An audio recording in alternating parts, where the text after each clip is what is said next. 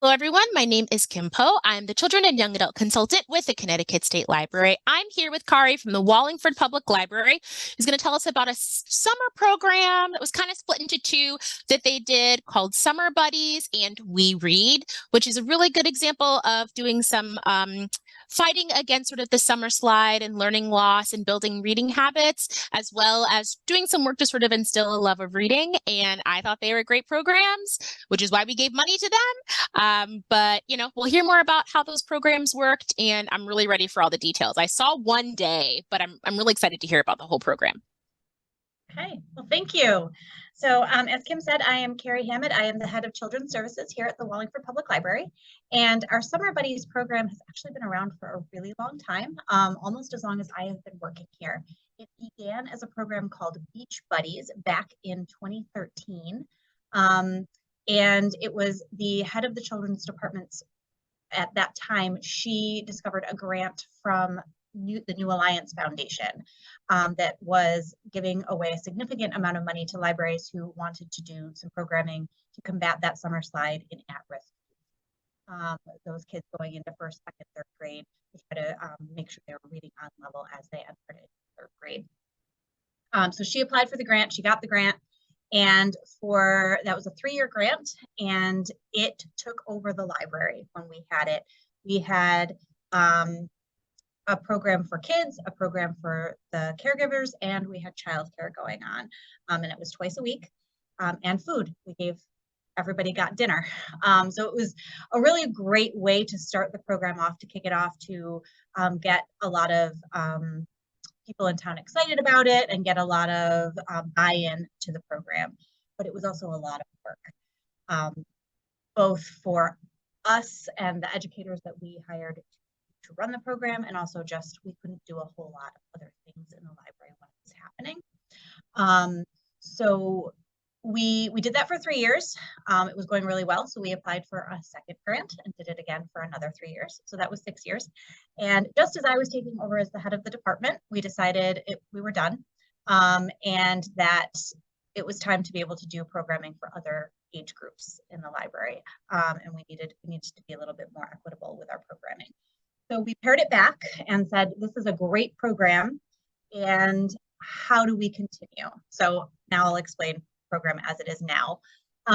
So we partner with a woman named Ann Poirier, and she is a rock star K2 media specialist at the elementary school that is right down the street from us. And she is the project coordinator. She does all of the actual planning of the program. I'm behind the scenes. I secure the funding. I make sure we have the rooms. I make sure everything is in place so that she can just take care of running the program itself.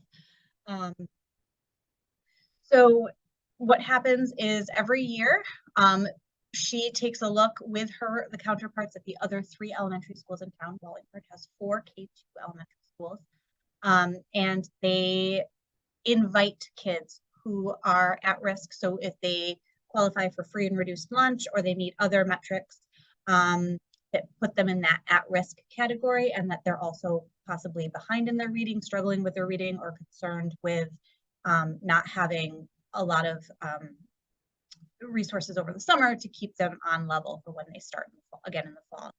And they get invited to the program. We take 50 kids, and if the program does not fill with that at-risk group, we will widen out our net to invite kids who just are struggling readers but maybe don't meet all of the metrics. We would then invite other kids, but it always fills before we hit that point. Those kids, they come to the program. It runs for 6 weeks. It is an hour, so we break it into 2 groups. We have a group at 6 and a group at 7, just so that we only have 25 families that we're dealing with at any given time.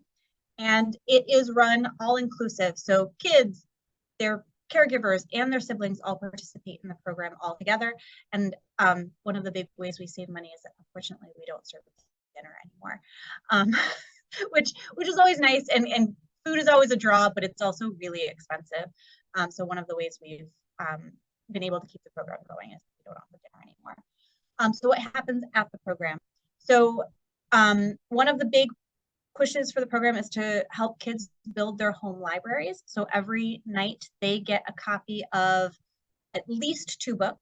One is the read aloud that Anne Poirier does, and another is a free choice book. I would say the vast majority of the money that we spend every summer is on buying those books so that we have a big selection to choose from, so that they can go home at the end of the summer with a big home library. And before I forget to mention it, Anne does also partner with a bilingual educator in town. Wallingford has a fairly large Hispanic population, so it's really important that we have somebody here who speaks Spanish. And we do try to have a good number of books that are in Spanish so that families can take those home as well. That even if the kids are fluent in English, their parents are a language they're not full in. So Anne does the read aloud. She does extension games, extension activities on whatever topic that she is teaching that night. So she's modeling what the parents should be doing at home. Parents get a packet at the end of the night with more extension activities for what ways they can engage their kids at home and to make reading a big important thing within their home during the rest of the week, not just in the program itself. So now that New Alliance doesn't fund the program anymore, how do we get our funding? The reason I'm here and the reason Kim knows about the program is that we have applied for the Connecticut State Library Summer Enrichment Grant 2 years now, and they have very generously funded our program. We've also gotten some funding from New Alliance again, but not their big Ready for the Grade grant. They also have smaller funding grants that they will give out every year. We've also tapped our local Walmart Foundation and our local Rotary that they have given us some money at various points at different years, because this program, even at the smaller level, is more than the library itself is able to fund every year. And then this year we were very, very fortunate that there was a gentleman in town who wanted to donate a fairly significant amount of money to the library, and his mother was an educator in town, and she was very big into literacy, and so he wanted to know what he could fund, and we proposed, could we use it for this program as needed? So not necessarily use all the money at once, all the money in one summer. We have a fund that's our fallback. So if we don't receive grant funding, or we don't receive as much grant funding as we were hoping to, we can kind of pull from this. And the community response to the program has been wonderful. The families who participate are absolutely just overjoyed to have it. They're really receptive to it. And the kids who are in first grade, they have told Anne that the parents have said the kids are super excited to come back to be able to do it in second grade, which was really good to hear, because Anne had been thinking about putting the program back to just children entering first grade so that we didn't have quite as wide a net that we were trying to pull from, because it has gotten very popular and there's always a fairly large waiting list. But after what she heard, she said, I can't tell them they can't come back next year. So we're going to keep it to the first and second graders. And back when the program was this huge thing that took over the library for 8 weeks every summer, the library response was we were overwhelmed.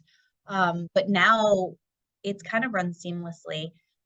We've got it down. It only takes up one room, one night a week. It's very manageable, very doable.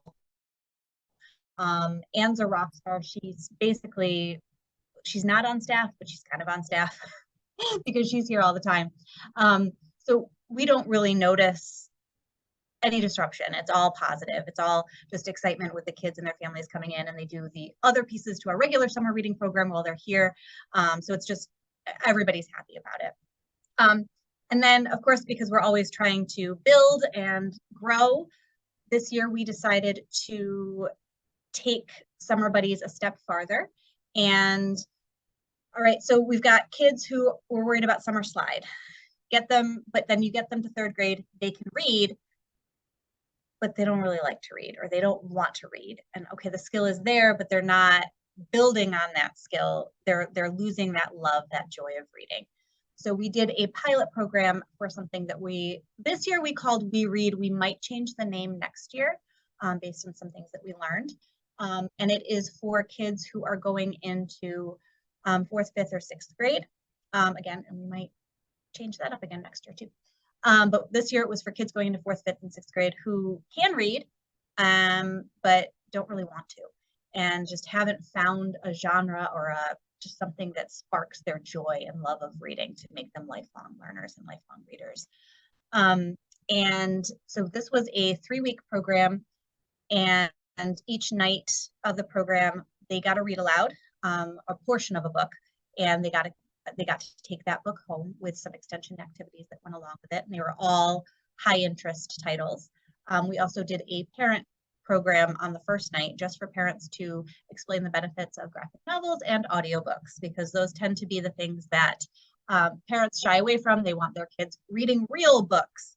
But if you're pushing your kid to read a real book and then they're not enjoying it, you're kind of just losing battle. So we wanted to explain just why graphic novels can be so important to turn kids into great readers and lovers of literature, and why audiobooks are so important as well.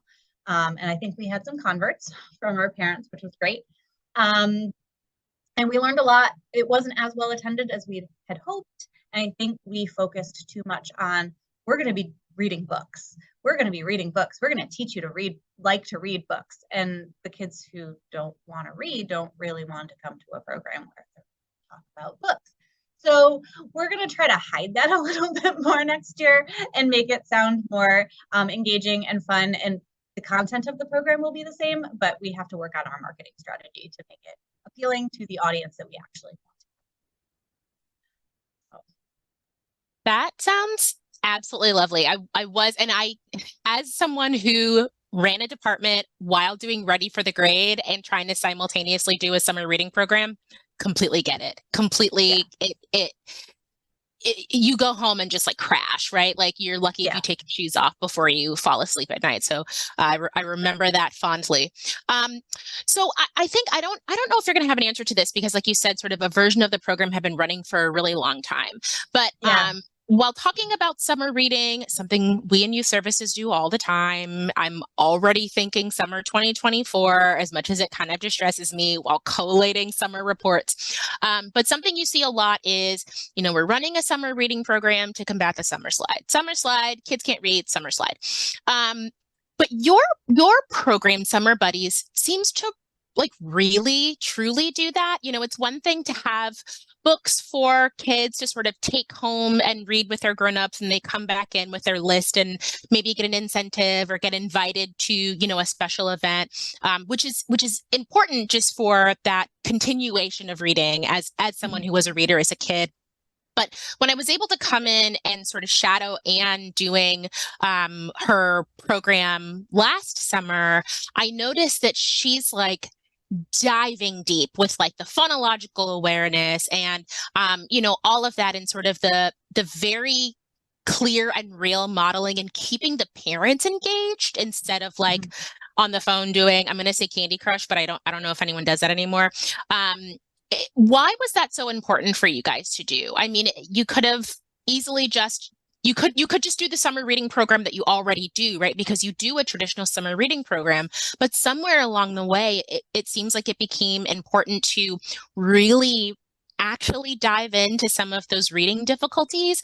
And I'm just sort of wondering if you have any ideas to sort of like why that decision was made, even though it would add like one extra thing to do on top of summer. Right.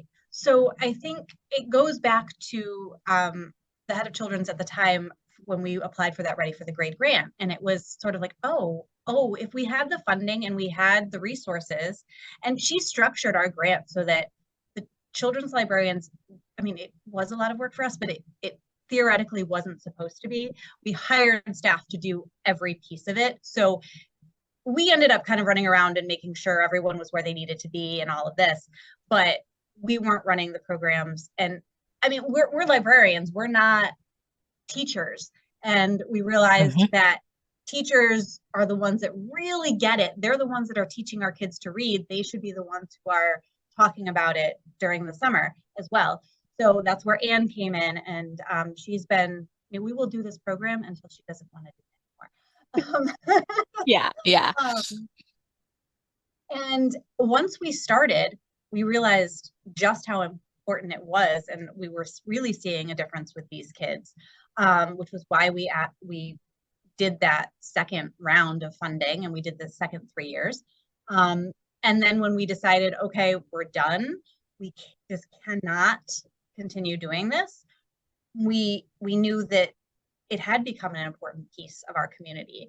It had been, there were kids who were now, younger siblings who were aging up, and their families were looking forward to sending their kids to this program, and we couldn't get rid of it entirely because it had become so ingrained within our community. So we said, okay, how can we structure this for longevity? How can we make this work with less funding and less stress and less time, but still keep the core essentials of the program? And I think that's the summer buddies that we have now. We're Yeah. still teaching those skills, just in a pared down version that doesn't, we got rid of all the bells and whistles.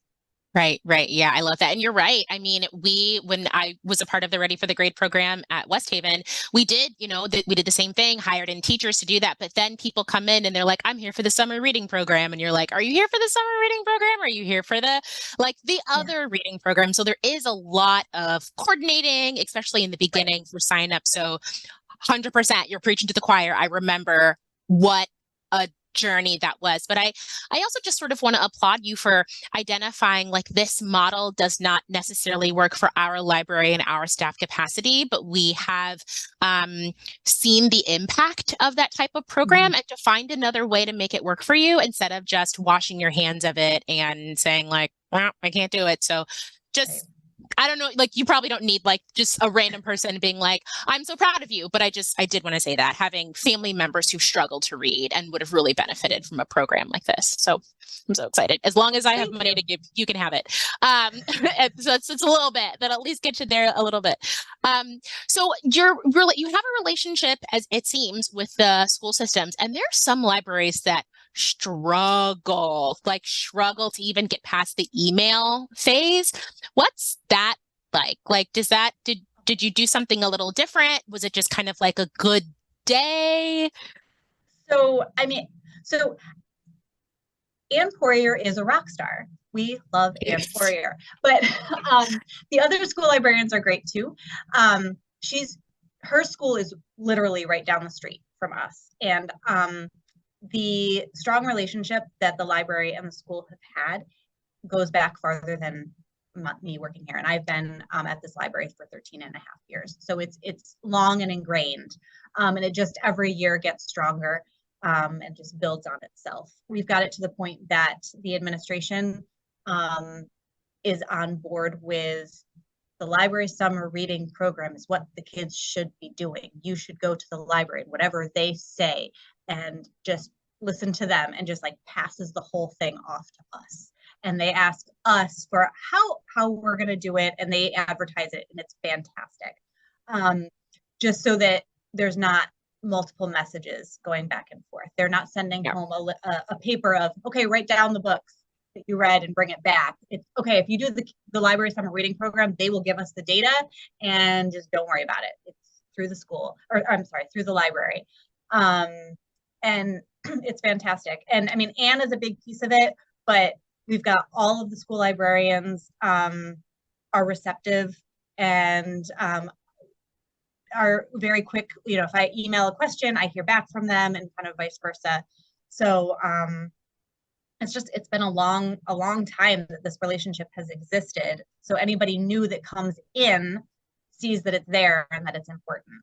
So I know getting that first step, like getting your buy-in from that first person, can be really, really tricky. But I think once you wiggle your way in a little bit, you can just kind of wedge it open and form that connection even stronger. Wow, you're like a unicorn, the two of you. I mean, like I swear to you.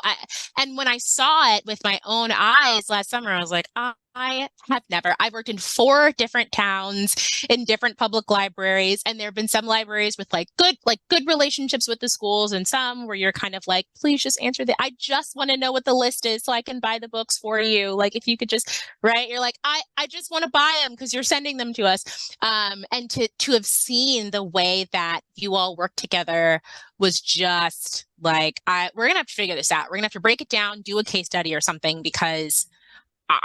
I also, it was almost unfathomable to see, quite frankly. You did explain a little bit about why you wanted to start the We Read program. Quite frankly, I love the name, but I get it. Like if the kids are sort of like getting too locked up in the word read and sort The of word running read, away. exactly. Yeah, yeah. Are the teachers doing? Oh, so you said that one is more library run. Yes. And so is most of the I don't know if training's right, but is most of the presenting being done actually to the parents as opposed to the kids, No. or is it both? So this summer it was a 3-week program, and it was 3 weeks of I programs know. for kids on 3 different books, and they got a book each night. Mhm. We did concurrently, we ran a program for parents on the first night. Okay. So one librarian did the programs for the kids, and that first night, a different librarian explained to the parents independently of their kids why reading is good and why audiobooks are awesome and why graphic novels are, let your kid read novels or read whatever they want to read. Mhm. Yeah, as someone who refused to pick up a book that was not the Babysitter's Club for probably too long, you do, and we see this as librarians. One day, just out of the blue, you're gonna pick up Animorphs, you're gonna pick up Boxcar Children. Man, I'm dating myself real hard, but like at one day, you'll get the urge to sort of like venture out of your comfort zone. But it's really important for the kids to kind of, with free reading in particular, sort of get there in their own time. So that's really awesome, and I'm hoping to maybe sneak in and sort of see what you guys do with that one day because it sounds great. So I know you said that you do have some changes, but you do think you're going to try that again? Like the first time you learned a bit. Okay, all right, Yeah, awesome. yeah. I think we learned a lot, and I think it's worth at least one more year because we learned so much, and we've got so many ideas of. I mean, the beginnings of ideas. It's still early, but a lot of notes from last summer of ways we want to change it. We might not make it a program that is a sequential thing where kids have to come every week. Getting families to sign up for something in the summer that they have to come to more than once is like really, really hard. So it might be 3 separate programs, and we might find a different way to incorporate the parent piece. We also ran it at 4:30 because that was easier for staff to start it then. And usually camp day is over, but if you're dealing with working parents, that's a tough time. So we want to see if we can find a way to do it as an evening program instead. Yeah, I love that. Yeah. I think my last question, sort of with regards to that, just hit me for no reason. So, and this again, like the sort of ingenuity behind it. So one of the reasons that libraries traditionally run summer reading programs is to help instill the lifelong love of learning and reading. But you guys identified that that wasn't enough, that there were going to be kids who could read, could very well sit down and read the book and read the words and take their pop quiz and all of that, but didn't want to. So why are you choosing to do both? And why not just do summer reading? I think it's a great idea, and I'm really excited to hear how it works next year. I'm just really interested. I have awesome staff who have great ideas. I can't take credit for this. So one of my staff members, Christina Garner, said, she was looking for a challenge. She's always looking for the next thing that she wants to work on. And she really wanted a big thing that she could think her into and kind of plan herself. So she had this idea rattling around in her brain that, okay, we do the Summer Buddies program and we're making sure that they are reading on level at 3rd grade, but what about the kids, like our Summer Buddies graduates? Are we doing anything for them? And I think that's kind of where it started. And she started doing some research into like really making it the best program it could be. And then she pulled in another staff member of ours, another children's librarian, Josh LeBlanc. And he's actually the one that does the read-alouds with the kids. He has a great rapport with kids that age, especially boys who are reluctant readers, having having another guy reading to them is really important. So she did a lot of the back end work. She did the parent training or the parent education night. And then Josh was doing the read alouds and some of the activities with the kids. I love that. We'll probably be emailing you around this time next year to kind of see how it went at year one versus Yeah. year two, because you're right. The readers are always going to read. They're always going to read. They're always going to want to keep track of their reading. I was that nerd. One year I read 50 books in a summer and I told everyone, and everyone hated me because I was obnoxious about it. So like the readers are always going to read. And I think it's really important to take a beat and think about kids who maybe don't fall into that category and sort of what is it that public libraries can do to provide some support. So I think it's great, regardless of what you call it, regardless of how it is. And I'm excited to kind of hear at the end of next summer how that worked for you year one to year two. Yeah, I am too. Awesome. Well, thank you, Kari, so much for giving us a little bit of your time, even though summer's over, fall's like shockingly super busy. So thank you so much for being here. Yeah, thank you for having me.